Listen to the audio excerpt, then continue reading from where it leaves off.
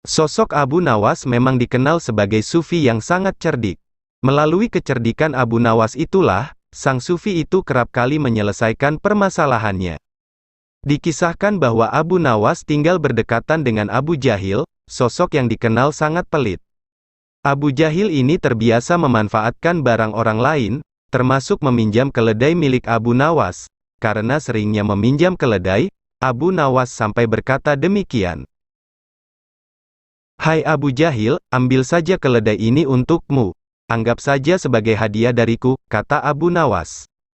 Mendengar ucapan Abu Nawas itu, Abu Jahil pun tertawa. "Ngapain aku harus memiliki keledai? Aku hanya mengambilnya ketika perlu, jadi aku tidak usah repot menanggung biaya makannya," balas Abu Jahil. Begitulah sifat Abu Jahil, saking pelitnya ia bahkan tidak mau memelihara keledai. Suatu ketika, Abu Jahil jatuh sakit, ia sudah berobat kemana-mana tapi penyakitnya tak kunjung sembuh, ia pun lalu meminta nasihat dari Abu Nawas. "Tolonglah Abu Nawas, apa yang harus aku lakukan agar bisa sembuh?" ucap Abu Jahil. "Begini Abu Jahil, mungkin penyakitmu ini karena akibat sifatmu sendiri, hilangkanlah sifat pelit dan bakilmu, insya Allah penyakitnya bisa hilang," tutur Abu Nawas. "Baiklah Abu Nawas, saya bernazar kalau saya sembuh saya akan mentraktir kawan-kawan kita," balas Abu Jahil. Tidak berselang lama, akhirnya Abu Jahil sembuh dari penyakitnya, ia pun kemudian menemui Abu Nawas. "Kamu sudah sembuh Abu Jahil?" tanya Abu Nawas. "Alhamdulillah Abu Nawas, dan saya berniat akan melaksanakan nazarku. Mari Abu Nawas kita undang kawan-kawan kita untuk makan-makan di rumahku," ajak Abu Jahil. Kemudian dengan ditemani Abu Nawas, Abu Jahil mengelilingi seluruh pelosok kampung untuk mengundang kawan-kawan. Setelah malam tiba, kawan-kawan sempat ragu untuk datang, sebab mereka tahu Abu Jahil orangnya sangat pelit. Meski demikian, Abu Nawas meyakinkan mereka kalau kali ini Abu Jahil benar-benar akan mentraktirnya makan. "Kenapa kau begitu yakin Abu Nawas? Kamu kan tahu sendiri dia pelitnya minta ampun," tanya salah satu dari mereka. "Karena ini adalah nazar yang dia ucapkan sewaktu sakit," jawab Abu Nawas. Dengan perasaan yang masih sedikit ragu, mereka pun akhirnya bersedia mendatangi undangan Abu Jahil. Sesampainya di rumah Abu Jahil, mereka melihat berbagai macam hidangan lezat sudah tersedia di meja makan, ada ayam kalkun, daging sapi, dan masakan daging puyuh kesukaan Abu Nawas. Mereka lalu dipersilahkan masuk oleh pelayannya Abu Jahil dan dipersilahkan duduk di depan meja makan. "Kamu benar Abu Nawas, ternyata Abu Jahil sudah berubah," celetuk salah satu kawannya. Abu Nawas sepertinya sudah tidak sabar ingin segera menyantap hidangan di depannya, namun si pelayan mengatakan supaya menunggu kedatangan Abu Jahil. Tidak lama kemudian, datanglah Abu Jahil, ia segera duduk di kursi yang sudah disediakan. Untuk menghormati tuan rumah, mereka menunggu Abu Jahil yang mengambilnya terlebih dahulu. Ketika Abu Jahil mencicipi masakan daging sapi, ia langsung berteriak, "Hai pelayan, kamu bodoh ya? Kenapa masakan daging sapi ini tidak dikasih garam? Masukkan kembali ke dalam," perintah Abu Jahil.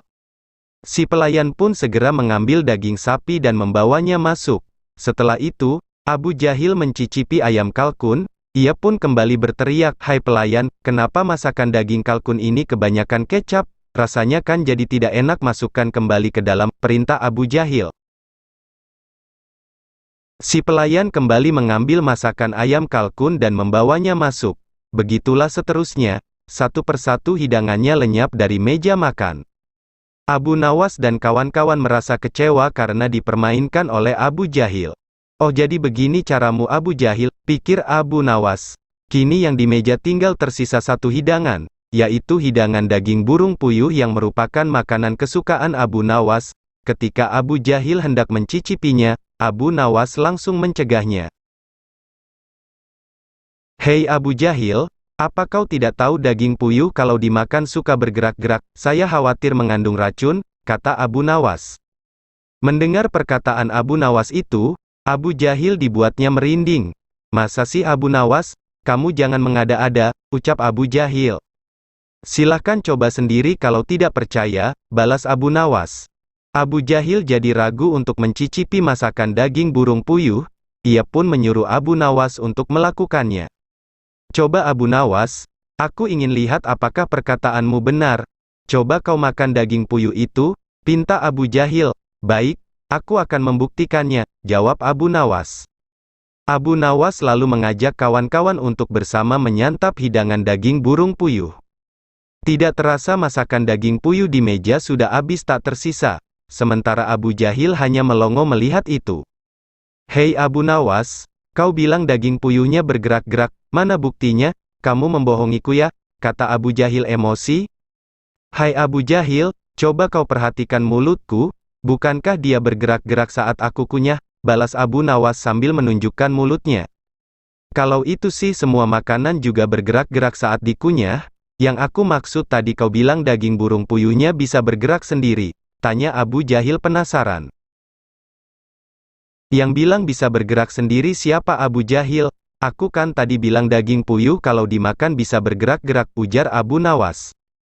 Akhirnya Abu Nawas dan kawan-kawan pulang dengan keadaan perut kenyang, sementara Abu Jahil merasa rugi karena memberikan makanan kepada Abu Nawas dan kawan-kawan. Dalam perjalanan pulang, Abu Nawas berkata kepada kawan-kawan kalau orang pelit harus disiasati supaya kapok. Mereka pun tertawa mendengar ucapan Abu Nawas.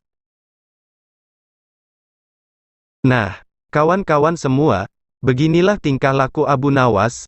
Banyak sekali akal cerdasnya, untuk membuat orang-orang kapok atas tingkah laku tidak baik. Bah kawan-kawan semua, jangan lupa subscribe channel ini, dan tekan loncengnya, supaya mudah mendapatkan sejarah populer tentang Abu Nawas, dan kisah-kisah Islami lainnya.